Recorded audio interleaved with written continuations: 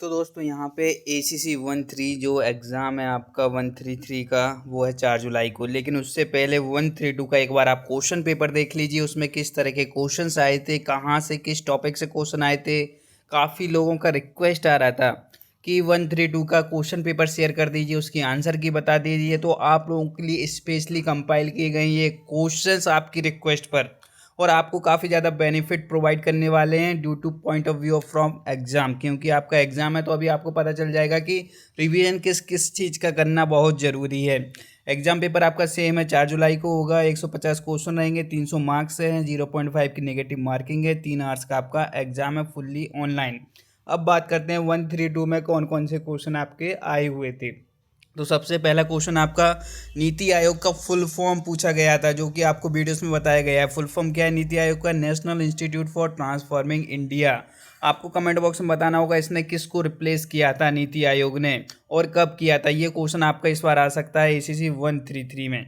Next, who is the supreme commander of Indian arm forces? Supreme commander कौन होता है Indian arm forces का? वो कौन है? प्रेसिडेंट। डिफेंस जीके का ये आपका क्वेश्चन था, ठीक है।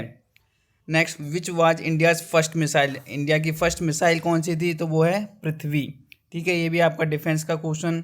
रसिया यूक्रेन वार से रिलेटेड आपका क्वेश्चन था। तो वार आपकी कब स्टार्ट हुई थी? 2022 में। ये हमने इनपुट कलेक्ट किया है जो भी कैंडिडेट्स 132 एग्जाम में अपीयर हुए थे, उसके बेसिस पे आपको ये क्वेश्चन पेपर और आंसर दिए जा रहे हैं। इनसे रिलेटेड भी क्वेश्चंस बने हुए थे, जैसे कि पूछ सकता है कि आपका जो स्पोर्ट्स से क्वेश्चंस थे वो ओलंपिक बेस्ड काफ़ी क्वेश्चन थे, क्योंकि 2024 में समर ओलंपिक और पैरालंपिक कंडक्ट हुआ था। तो लगभग आप मानिए 5 में से आपके 4 क्वेश्चन जो थे डिफेंस मतलब सॉरी स्पोर्ट्स जीके के, वो आपके थे ओलंपिक से। तो आपको देखना होगा कि रिसेंटली आपके कौन से स्पोर्ट्स कंडक्ट हुए हैं और आने वाले टाइम में कौन से होने वाले हैं। तो उसका एक बार रिवीजन करके ज़रूर जाएगी, क्योंकि उसकी होस्ट प्लेसेस कहाँ पे है, लास्ट टाइम कौन टॉप रहा, किसने कितने मेडल जीते। तो इसमें पूछा गया था 2024 जो समर ओलंपिक कंडक्ट हुआ था कहाँ पे हुआ था? तो ये हुआ था आपका पेरिस में।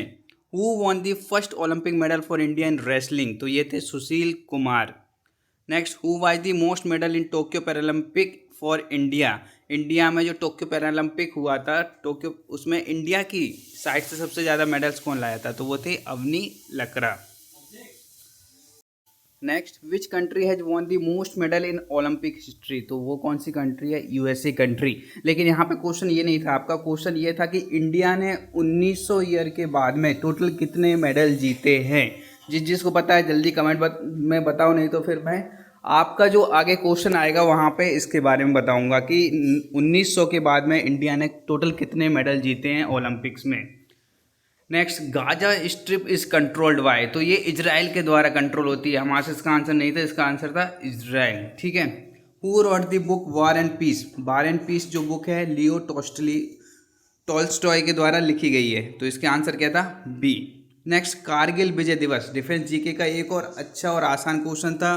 कब मनाया जाता है? 26 जुलाई को सेलिब्रेट किया जाता है कारगिल विजय दिवस।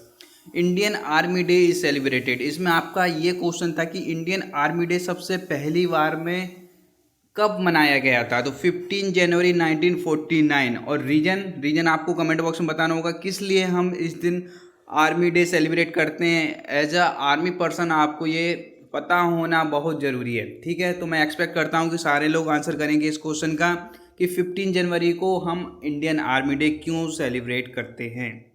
Indian Army was establish in the year and the region 1895 में हुआ था, लेकिन 1949 में फर्स्ट कमांडर चीफ हमारे KM करियप्पा जनरल बने हुए थे, ठीक है।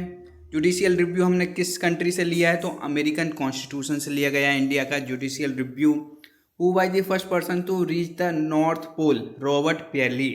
लेकिन यहाँ पे क्वेश्चन ये था कि साउथ पोल पे जो सबसे पहली बार पर्सन गया था वो किस कंट्री को बिलोंग करता था? ये क्वेश्चन था, जो कि नॉर्वे इसका आंसर था, नॉर्वे कंट्री को बिलोंग करते थे। Golden era of Indian hockey was? Golden era Indian hockey का कब था? 1948 से 1956। और यहाँ पे गोल्डन एरा से रिलेटेड एक और क्वेश्चन था आपका कि जो मुगल एम्पायर है उसका गोल्डन एरा कब था? तो ये भी आप जल्दी से कमेंट बॉक्स में आंसर करिए। यदि आपको नहीं पता है तो वीडियो के लास्ट में मैंने इसको कवर किया है, वहाँ से आपको ये क्वेश्चन मिलने वाला है। हिस्ट्री का आपका क्वेश्चन था first battle of Panipat was fought in, Panipat की फॉट कब हुई थी 1526 में, और किन दो शासकों के बीच में ये हुई थी, ये जल्दी से आप कमेंट बॉक्स में बताइए, क्योंकि ये भी क्वेश्चन आपका आ सकता है। पानीपत की बैटल, हल्दी घाटी की बैटल, ये सारे आपको याद होनी चाहिए वाई ईयर, क्योंकि हिस्ट्री में यहीं से क्वेश्चन आपके बनते हैं। Which of the following is not a role of Indian Army, तो यहाँ पे इंटरनेशनल डिप्लोमेसी इंडियन आर्मी का रोल नहीं है। Disaster relief, internal peace keeping and national defence, ये इंडियन आर्मी का रोल है। यहाँ पे आपके जो प्रेसिडेंट ऑफ चाइना पूछे गए थे वो कौन थे, जिनपिंग, ठीक है। Next, who serve as a prime minister of India 2 times, यहाँ पे ये पूछा गया था कि 2 times as a acting prime minister कौन रहे थे, ठीक है। तो वो कौन थे, गुलजारी लाल नंदा। लेकिन इंदिरा गांधी, यहाँ पे ये वाला क्वेश्चन नहीं था आपका, क्वेश्चन यहाँ पे चेंज था। आपका क्या क्वेश्चन था कि एक्टिंग कौन रहे थे, तो ये भी मैं आपको लास्ट में बताऊंगा जल्दी से। आप कमेंट बॉक्स में बताइए कौन थे ऐसे हमारे प्राइम मिनिस्टर जिन्होंने 2 बार एक्टिंग प्राइम मिनिस्टर का काम किया है। Which is not a natural port in India, तो नेचुरल पोर्ट कहाँ पे नहीं है, नोएडा में नहीं है। यहाँ पे आपका क्वेश्चन था Chennai and Paradip are the natural port और नॉट, ठीक है। Next, Kolkata port is located on the bank of river, यहाँ पे ये पूछा गया था आपका एक बार, क्योंकि क्वेश्चंस क्या हुए थे आपके यहाँ पे उलटफेर हो गए किस तरीके से कि वहाँ पे हमें जो कीवर्ड मिला है उसके अकॉर्डिंग। तो आपका क्वेश्चन ये था कि कोलकाता रिवर जो है वो किस रिवरिंग नदी पर है, मतलब कोलकाता ऐसा पोर्ट है जो कि एक नदी के रिवर पे बनाया गया है। वो नदी कौन सी है, हुगली नदी। Which of the following not a constitutional body, तो नीति आयोग आपका कॉन्स्टिट्यूशनल बॉडी नहीं है। DNA stand for deoxyribo nucleic acid को रिप्रेजेंट करता है। Japanese art of folding of paper, जो जापानीज पेपर को फोल्ड करते हैं उस आर्ट को ओरिगेमी नाम दिया गया, ओरिगेमी नाम से जाना जाता है। ये आपका क्वेश्चन था। फिल्म एंड टेलीविजन इंडस्ट्री कहाँ पे लोकेटेड है इंडिया की, तो वो है मुंबई में। ये आपका सही आंसर था, नेशनल और इंटरनेशनल ऑर्गेनाइजेशन से। गांधी जी को महात्मा गांधी किसने कहा था, महात्मा नाम किसके द्वारा दिया गया था, तो ये आंसर था आपका रविन्द्रनाथ टैगोर जी।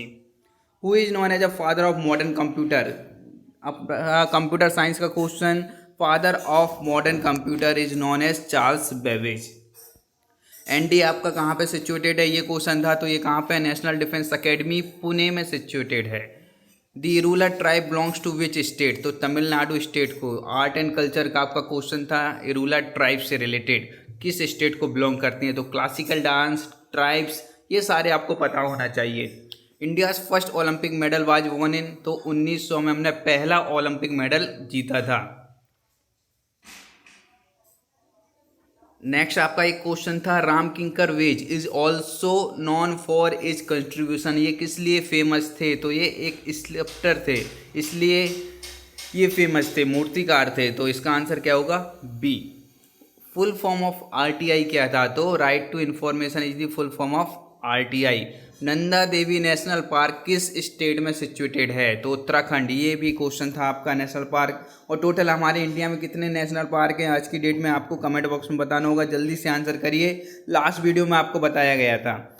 India national income is calculated using 3 primary method, यहाँ पे आपको दिया गया था क्वेश्चन कि कौन सी मेथड से इंडिया की नेशनल इनकम हम कैलकुलेट करते हैं। तो यहाँ पे 3 मेथड होती हैं, income method, expenditure method and the product और वैल्यू एडिड मेथड भी जिसे कहा जाता है।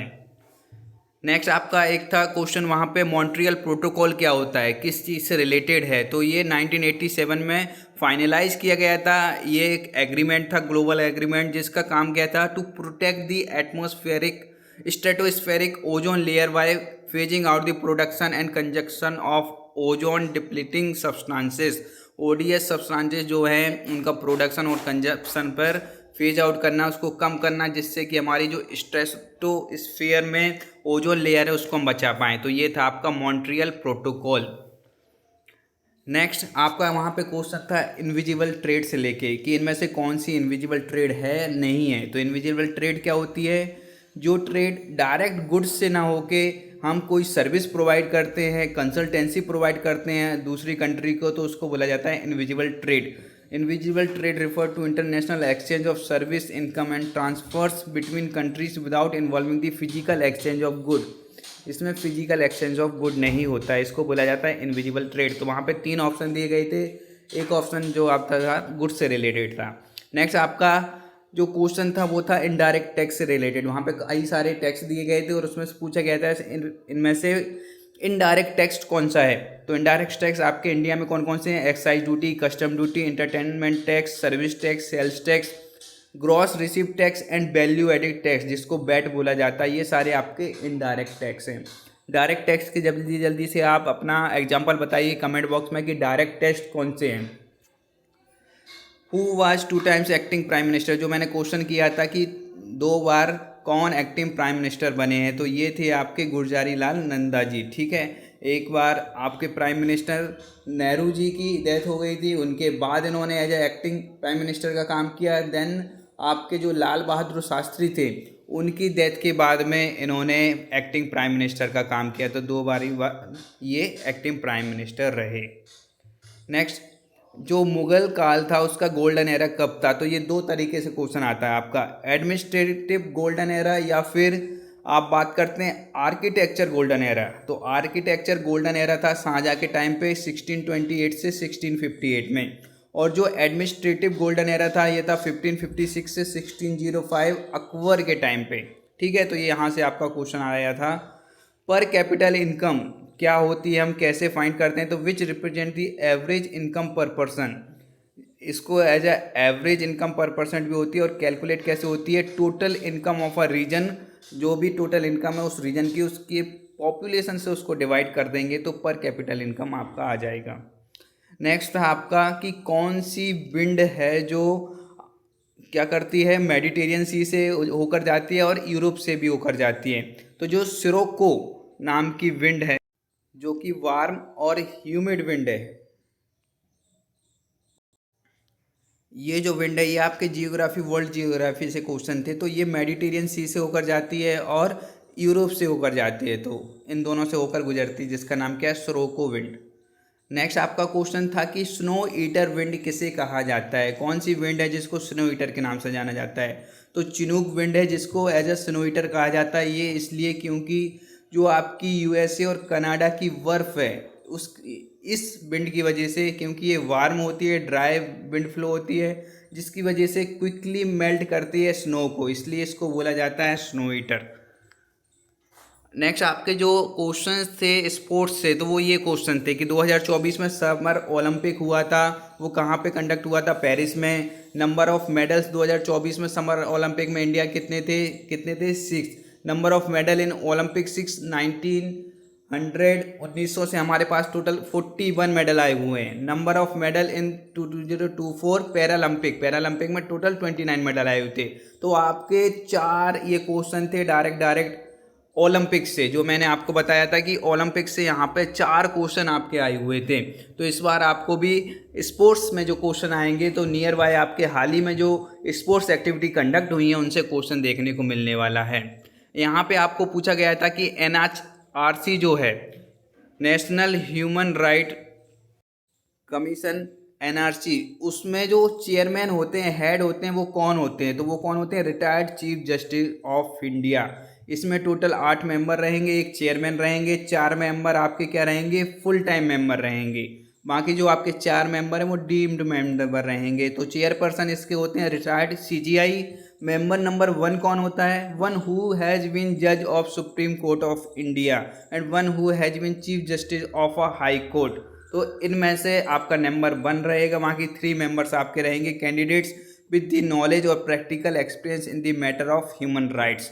तो कंपोजिशन ऑफ एनएचआरसी का इस तरीके से होता है। ठीक है, ये क्वेश्चन इसी तरह के पीडीएफ नोट्स चाहिए तो आप 8120745966 पे मैसेज कर सकते हैं। 134 के लिए तैयारी स्टार्ट हो गई है, उसमें आपको इस तरह के रिकॉर्डेड वीडियोस मिलेंगे, सारे पीवाईक्यू और पीडीएफ नोट्स मिल जाएंगे जिससे कि आप 134 की तैयारी कर सकते हैं। डेली आपकी लाइव क्लासेस रहेगी, इन लाइव क्लासेस में आपको इंपॉर्टेंट क्वेश्चंस प्रोवाइड किए जाएंगे, आपकी डेली थ्योरी कवर की जाएगी, मल्टीपल टाइम रिवीजन रहेगा। तो फुल ऑफ तैयारी आपको मिलने वाली है ACC 134 के लिए, जो कि अभी 60% ऑफ के साथ में मिल रही है। तो इसे ज्वाइन करने के लिए आपको ये जो मैसेज कर सकते हैं 8120745966 या डायरेक्ट ACC डिफेंस एकेडमी के जो एप्लीकेशन है वहाँ से भी ज्वाइन कर सकते हैं 134 के लिए।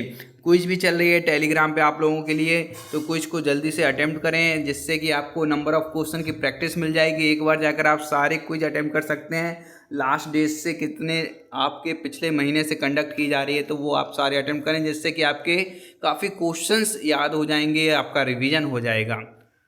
तो जल्दी जल्दी जाइए, बाकी लाइक एंड कमेंट करते रहिए, चैनल को सब्सक्राइब करना नहीं भूलिए क्योंकि आपके जो नेक्स्ट अपडेट हैं एसएसबी से रिलेटेड, कट ऑफ से रिलेटेड, वो मिलेंगे only on this ACC defence academy YouTube channel पर। Thank you.